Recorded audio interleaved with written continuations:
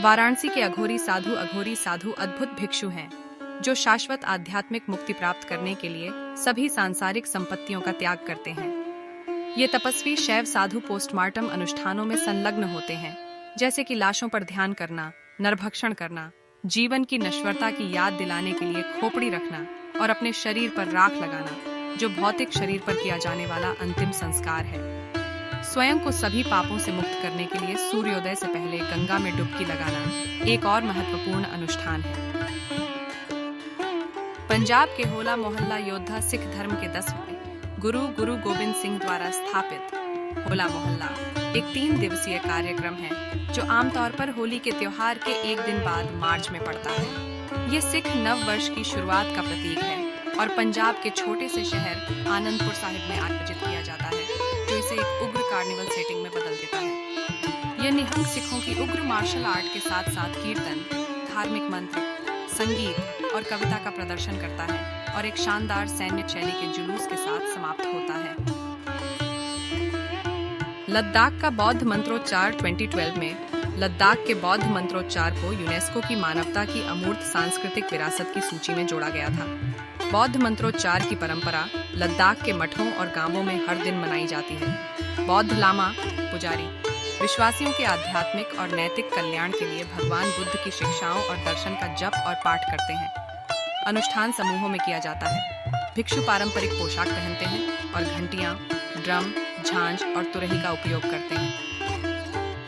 ओडिशा का छू नृत्य भारत की एक और महत्वपूर्ण परंपरा, जिसने 2010 में यूनेस्को की मानवता की अमूर्त सांस्कृतिक विरासत की सूची में जगह बनाई, वह है ओडिशा का शास्त्रीय छू नृत्य।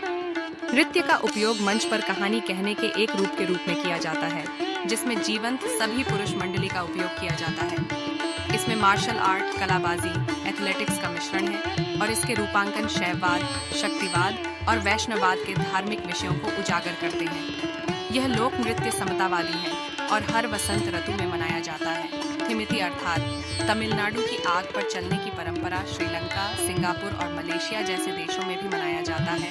थिमिथि की उत्पत्ति तमिलनाडु में हुई थी। यह त्योहार महाभारत में 5 पांडव भाइयों की पत्नी द्रौपदी अम्मन के सम्मान में हर साल अक्टूबर और नवंबर के महीनों के दौरान होता है। पुरुष भक्त संतुलन के लिए अपने सिर पर दूध या पानी का बर्तन लेकर जलते कोयले की चादर पर चलकर अनुष्ठान करते हैं। प्रथा उनके विश्वास के प्रति पूर्ण समर्पण का प्रतीक है। थिमिथि अर्थात तमिलनाडु की आग पर चलने की परंपरा श्रीलंका, सिंगापुर और मलेशिया जैसे देशों में भी मनाया जाता है। थिमिथि की उत्पत्ति तमिलनाडु में हुई थी। यह त्योहार महाभारत में 5 पांडव भाइयों की पत्नी द्रौपदी अम्मन के सम्मान में हर साल अक्टूबर और नवंबर के महीनों के दौरान होता है। पुरुष भक्त संतुलन के लिए अपने सिर पर दूध या पानी का बर्तन लेकर जलते कोयले की चादर पर चलकर अनुष्ठान करते हैं। यह प्रथा उनके विश्वास के प्रति पूर्ण समर्पण का प्रतीक है। नागों की पूजा का पर्व। नाग पंचमी हिंदू संस्कृति में परिवार में शांति और कल्याण लाने के लिए नाग का आशीर्वाद मांगा जाता है। यह त्योहार आमतौर पर जुलाई और अगस्त के महीनों के दौरान आता है। इसके महत्व के बारे में कई कहानियां विभिन्न पौराणिक कथाओं और लोक कथाओं में वर्णित हैं, जिनमें संस्कृत महाकाव्य महाभारत भी शामिल है। इस दिन चांदी, लकड़ी या पत्थर से बने नाग देवताओं की दूध, मिठाई और फूलों से पूजा की जाती है और कभी-कभी असली सांप का उपयोग किया जाता है। नाग पंचमी के दिन जमीन खोदना भी वर्जित माना जाता है, क्योंकि इससे सांपों को नुकसान हो सकता है। अंबुबाची मेला, असम का तांत्रिक प्रजनन उत्सव, जून के मध्य में मानसून के मौसम के दौरान असम के गुवाहाटी में कामाख्या मंदिर में देवी कामाख्या के सम्मान में अंबुबाची हिंदू मेला त्योहार प्रतिवर्ष मनाया जाता है। यह त्योहार देवी कामाख्या अर्थात शक्ति की माता के वार्षिक मासिक धर्म चक्र का जश्न मनाता है, जो उपजाऊ भूमि की पोषण शक्ति का प्रतिनिधित्व करता है। त्योहार के दौरान मंदिर 3 दिनों के लिए बंद रहता है, क्योंकि ऐसा माना जाता है कि धरती माता अपने मासिक धर्म के दौरान अशुद्ध हो जाती है। शुद्धिकरण के बाद मंदिर को फिर से खोला जाता है। कामाख्या को स्नान कराया जाता है और प्रसाद चढ़ाया जाता है। क्योंकि देवी कामाख्या की कोई मूर्ति नहीं है, इसलिए एक योनि के आकार के पत्थर को पानी से साफ किया जाता है और लाल कपड़े से ढक दिया जाता है। उत्तर प्रदेश की लठमार होली, इसका अनुवाद लाठियों से मारना के रूप में किया जाता है। यह त्योहार मथुरा के पास के पड़ोसी शहरों नंदगांव और बरसाना में होली से पहले मनाया जाता है। होली मनाने की यह विशिष्ट शैली एक पौराणिक कथा के कारण इन शहरों तक ही सीमित है। पौराणिक कथा के अनुसार नंदगांव के भगवान कृष्ण इस दिन बरसाना में अपनी प्रिय राधा से मिलने गए थे और महिलाओं ने लंबी लाठियों का उपयोग करके उन्हें खेल खेल में भगा दिया था। जश्न का यह जश्न अगले दिन बरसाना के लोगों द्वारा नंदगांव शहर पर आक्रमण करके दोहराया जाता है। कूवगम तमिलनाडु का ट्रांसजेंडर उत्सव मई और अप्रैल में 15 दिनों के लिए भारत में तमिलनाडु के कूवगम में ट्रांसजेंडर और ट्रांसवेस्टाइट व्यक्तियों का सबसे बड़ा उत्सव जमा होता है। वे अपने संरक्षक देवता अरावण के साथ मंदिर में विवाह करके उन्हें याद करते हैं। एक हिंदू पौराणिक कथा के अनुसार अरावण ने कुरुक्षेत्र युद्ध में अपना बलिदान दिया था, लेकिन अरावण पहले से शादी करना चाहता था और उसके अनुरोध को पूरा करने के लिए भगवान कृष्ण ने मोहिनी नाम की एक महिला का रूप धारण किया, जिसने उसकी मृत्यु के बाद निराशा में अपनी चूड़ियां तोड़ दीं। भारत में विवाहित महिलाओं के लिए चूड़ियां एक महत्वपूर्ण प्रतिष्ठा का प्रतीक है। चूड़ी तोड़ने की यह परंपरा हर साल तमिलनाडु के अरावण मंदिर में निभाई जाती है।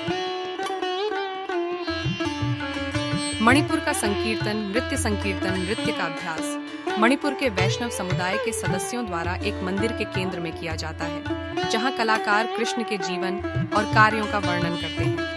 कभी-कभी प्रदर्शन इतना तीव्र होता है कि दर्शकों की आंखों में आंसू आ जाते हैं। इस नृत्य और संगीत अनुष्ठान का एकमात्र उद्देश्य भक्तों को अपने भगवान के गुणों की महिमा करने और जश्न मनाने के लिए एक स्थान पर इकट्ठा करना है। 2013 में संकीर्तन नृत्य को यूनेस्को की मानवता की अमूर्त सांस्कृतिक विरासत की सूची में शामिल किया गया था। वाजवान कश्मीर का शाही व्यंजन। कई लोगों ने कश्मीर को धरती का स्वर्ग कहा है, लेकिन केवल वे ही जो यहाँ आए हैं जानते हैं कि इस क्षेत्र में अलौकिक घाटियों और पश्मीना शॉल के अलावा भी बहुत कुछ है। वाजवान कश्मीरियों के बीच एक व्यंजन कम और एक परंपरा अधिक है। यह एक ट्रेन थाली पर परोसी जाने वाली कला है, जिसमें 36 कोर्स भोजन शामिल होता है। व्यंजन एक मास्टर शेफ एक विशाल वेज की देखरेख में रात भर पकाए जाते हैं। मेहमान 4 के समूह में बैठते हैं और एक ट्रेन साझा करते हैं। कश्मीरी मुसलमान दावत से पहले अल्लाह का नाम लेते हैं, जबकि कश्मीरी ब्राह्मण भगवान रुद्र से प्रार्थना करते हैं। कुंभ मेला धार्मिक तीर्थयात्रियों का दुनिया का सबसे बड़ा जमावड़ा है। यह 12 साल के चक्र में इन 4 तीर्थ स्थलों के बीच घूमता है: हरिद्वार, इलाहाबाद, नासिक और उज्जैन।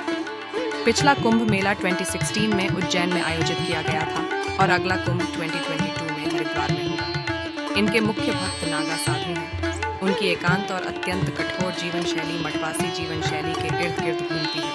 हिंदुओं के लिए मेले का महत्व पवित्र जल में स्नान करके अपने पापों को धोना है। अगर आपको हमारा चैनल पसंद आए तो सब्सक्राइब करें, लाइक करें और अपने दोस्तों के साथ शेयर करें। कमेंट करना न भूलें। धन्यवाद।